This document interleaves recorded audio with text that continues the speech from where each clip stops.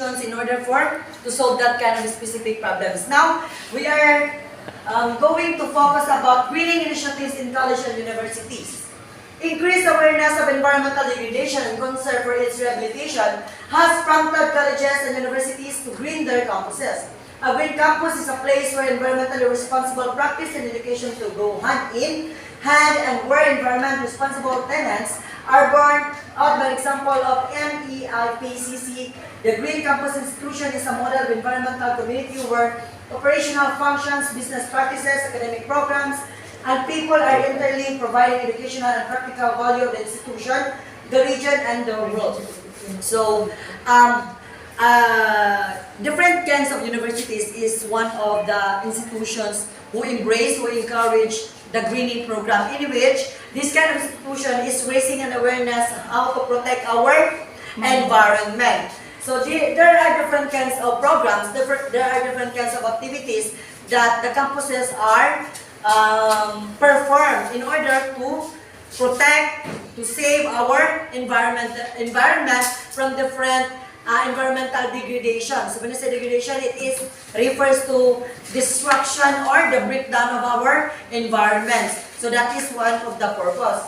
And now, we are talking about the benefits of this initiative. So what are the benefits of these initiatives? Number one, environmental and economic sustainability, in which a system-wide culture of sustainability helps preserve and enhance what the institution values as well of the future. So the institution taught those students na nag-aaral doon in order for them to be aware, in order for them to encourage about protecting our environment. So that is one of the goal or the values of an institution. Sa DepEd nga, meron silang core values in which yung maka-Diyos, maka-tao, makakalikasan at makabansa. So nandun talaga yung makakalikasan. It is because it is our duties and responsibilities as a human being to protect our environment. Now, next, repetition as a leader through example.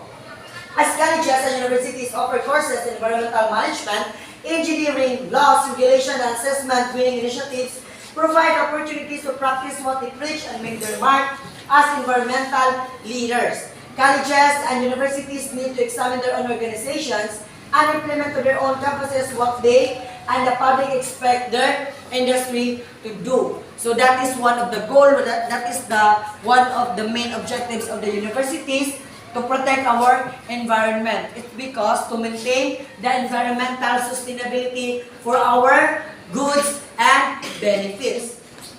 Now, next, economic benefits.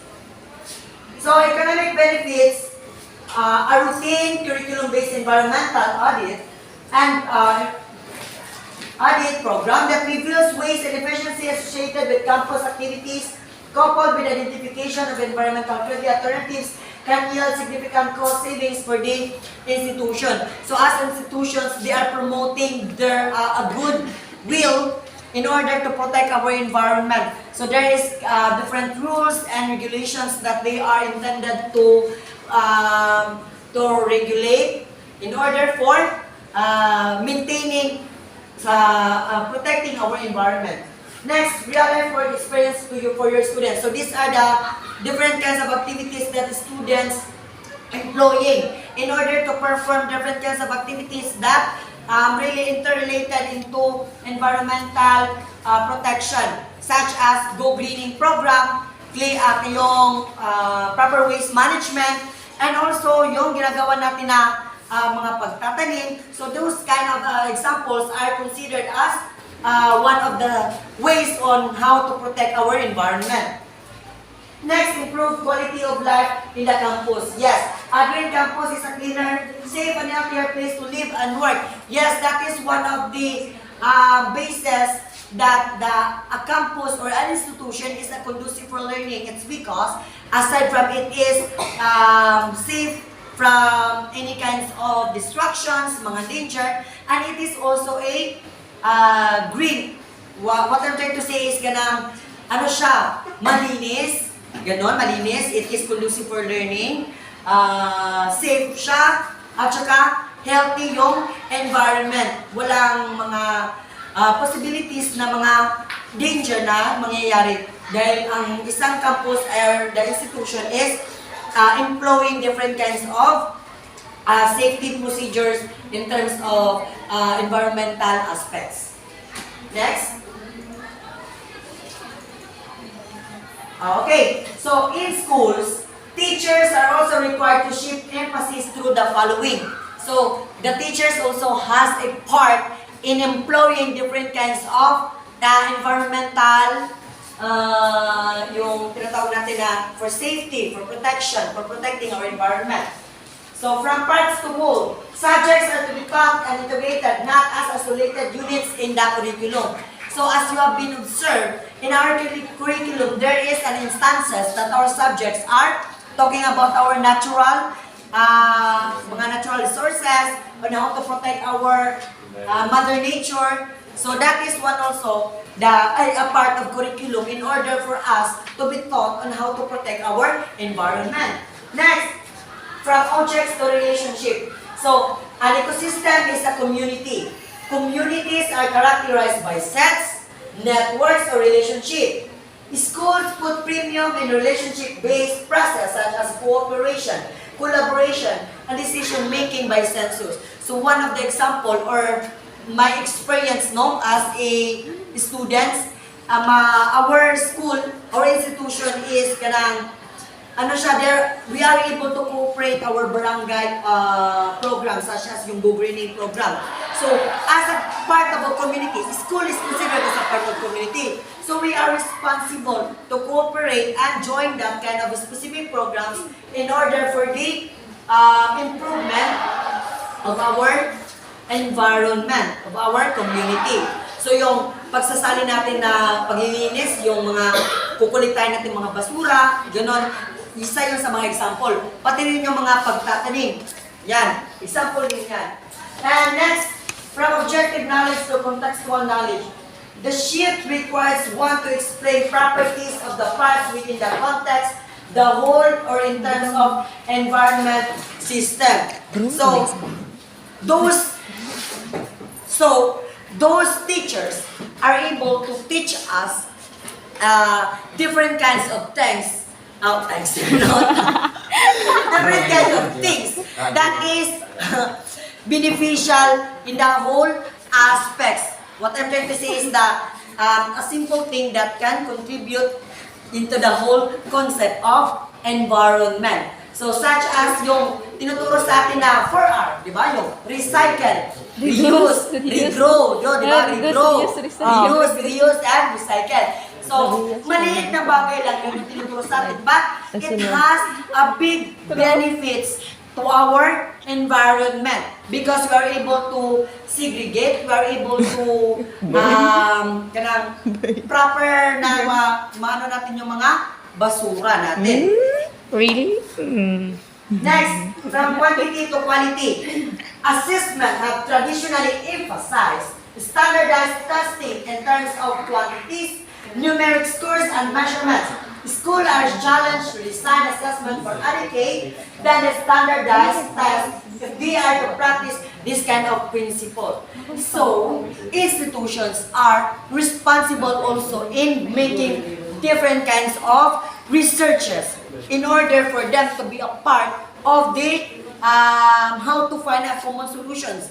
Let's say, for instance, the school are able to identify that in their community na mas lumalaki yung porsyento ng yung basura, yung hindi na proper. So as an institution, dapat gini-recognize nila rin yun, sinasabi nila sa kanilang mga mag-aaral na this is the best thing that you can do in order to solve that kind of specific problems. So that is how teachers also play a role in this kind of aspects. Next is from structure to process. Systems are dynamic and evolving. Thus, the understanding of living structure is linked to understanding renewal, change, and transformation. This shift is embodied in project-based learning which highlights the application of knowledge with evolving real-life context. Meaning to say that the life process is dynamic. The old things are not stationary. which means that we are interchanging. There is an changing of the process or the things in our environment. For the instance, if there is a situation na nangyayari sa iyong paligid, pagpalagay natin yung basura, di ba?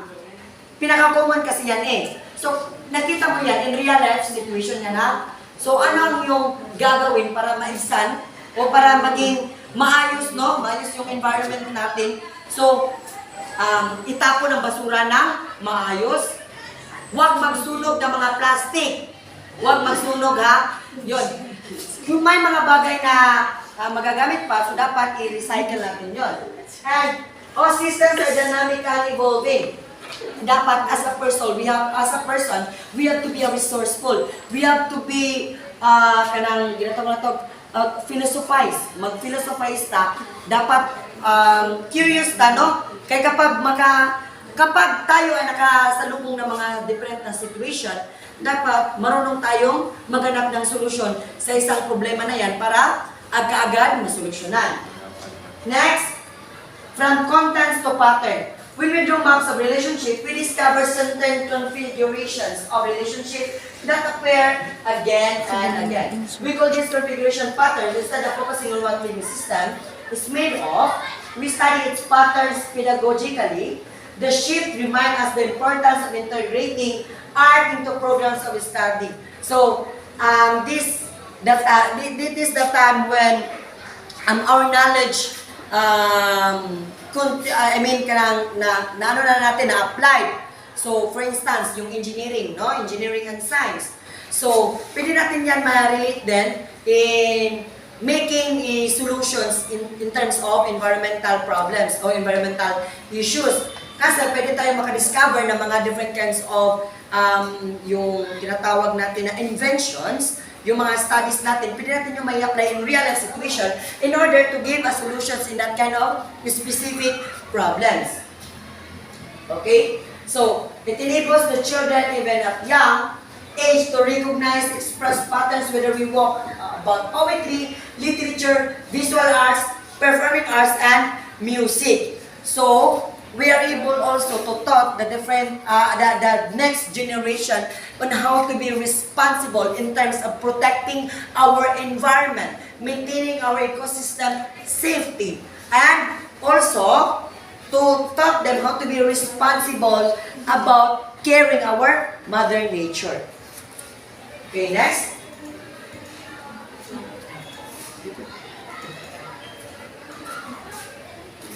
Okay, so these are the 7 environmental principles of nature. 1. Nature knows best. 2nd, all forms of life are important. Third, everything is connected to everything else. 4th, everything changes. 5th, everything must go somewhere. 6th, ours is a finite earth. And 7 is nature is so beautiful and we are stewards of God's creation. So, these are the environmental principles of nature that we need to be, fulfill in our self. Dapat, pinapahalaga natin yan sa ating sarili. Okay. Dito. The key to understanding the environmental problem is to encounter today, is to learn about our ecosystem. Tama naman. In order for the better understanding of our environment, merong mga pangyayari na nangyayari sa ating buhay. And that kind of experiences, it enables ourselves for better understanding about our environment. This section highlights the basic environmental principles, varied types of ecosystem,